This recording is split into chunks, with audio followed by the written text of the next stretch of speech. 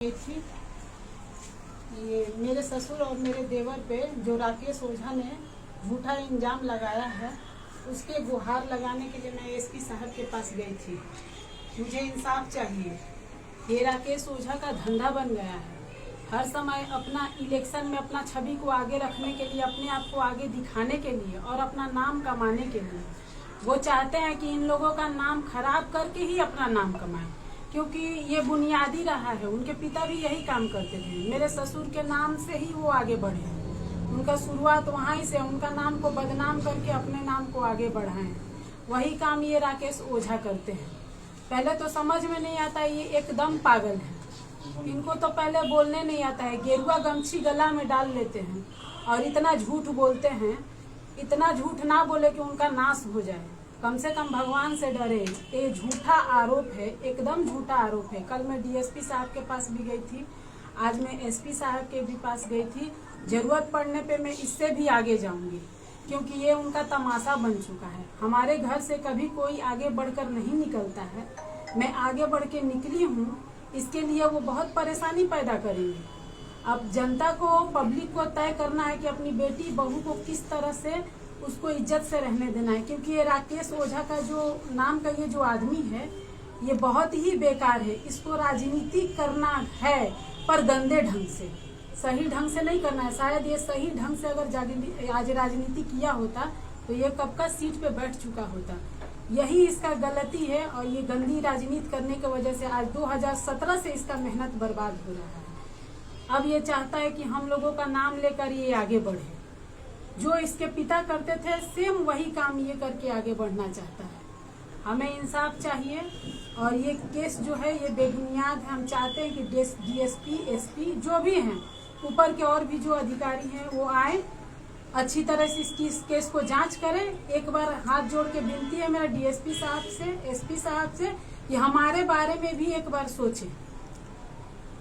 संगीता जी, आप आज एसपी के यहाँ गई थी मिलने, एसपी से मिलकर आपने आवेदन दिया है। हाँ। क्या कुछ कहा एसपी साहब ने इस मामले में? एसपी साहब ने कहा है कि इस मामले को ठीक से जांच किया जाएगा। और डीएसपी साहब के पास भी गई थी, उन्होंने भी कहा कि इस मामले को सही तरीके से जांच किया जाएगा। जी।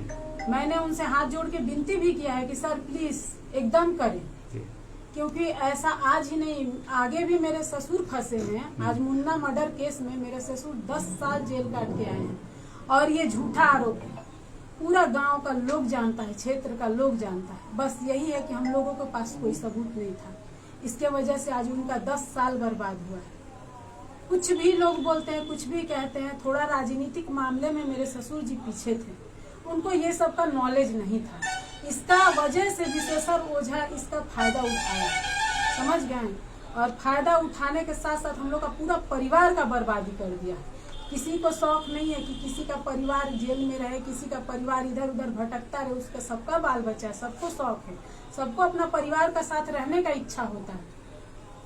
मगर ये विशेषर ओझा जो है वो कभी रहने नहीं दिए। एक तो उनका 32 कीता केस है।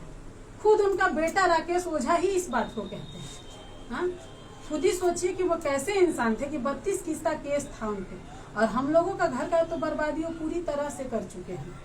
उनका खुद बेटा कहता है कि मेरे पिता पे 32 कीता केस थे, उनका वो केस है। उनका बेटा कहता है कि जब वो कोर्ट जब सजा दे देगा उसके बाद हम सजा देंगे। वो कोर्ट से बढ़ के हैं, वो तो गुंडागर्दी, सरेआम गुंडागर्दी का बात करते हैं। क्या वजह माना जाए, आखिर क्या कारण है कि आपके ससुर और देवर को ही इसमें आरोपी बनाया गया है? देखिए, हम लोग का बहुत पुराना दुश्मनी है। आज से नहीं, ये 30 साल पुराना दुश्मनी है। सभी को पता है, इस क्षेत्र में सबको पता है। जिला का हर लोग जानते हैं, ये बाहर अदर जगह के भी लोग जानते हैं कि ये हमारा पुराना दुश्मनी है। इस दुश्मनी को बस इसे जगह कहाँ मिला? दुश्मनी जो राजनीतिक में जो लोग होते हैं उनका पहुंच बहुत आगे तक होता है, उनका पकड़ भी बहुत आगे तक होता है। जरूरी नहीं कि राजनीति में सब अच्छे ही हैं। कुछ ऐसे भी लोग हैं, आप अच्छे हैं, हम खराब हैं। आपके यहाँ गए, अपने तरीके से अपने बात को रखें, सही इंसान को गलत दिखाएं, वो सही इंसान का जीवन बर्बाद हो गया। बस यही चीज हम लोग का साथ में हुआ है। हम लोग का जीवन बर्बाद हो गया। इससे पहले भी मैं बाहर आ सकती थी, पर कुछ रीजन था। हमारे घर में कोई जेंट्स नहीं था, हम लेडीज, सारी लेडीज के घर पे थे। हम क्या करते हैं? आज मेरे देवर आए हैं, मेरे ससुर जी घर पे आए हैं, हम बाहर निकले हैं क्योंकि वो तो मेरे को भी गोली चलवा सकता है ना। तो मेरे घर पे जेंट्स है ना, उसके बल पे ना आज हम बाहर निकले हैं। सामने देखो मैडम।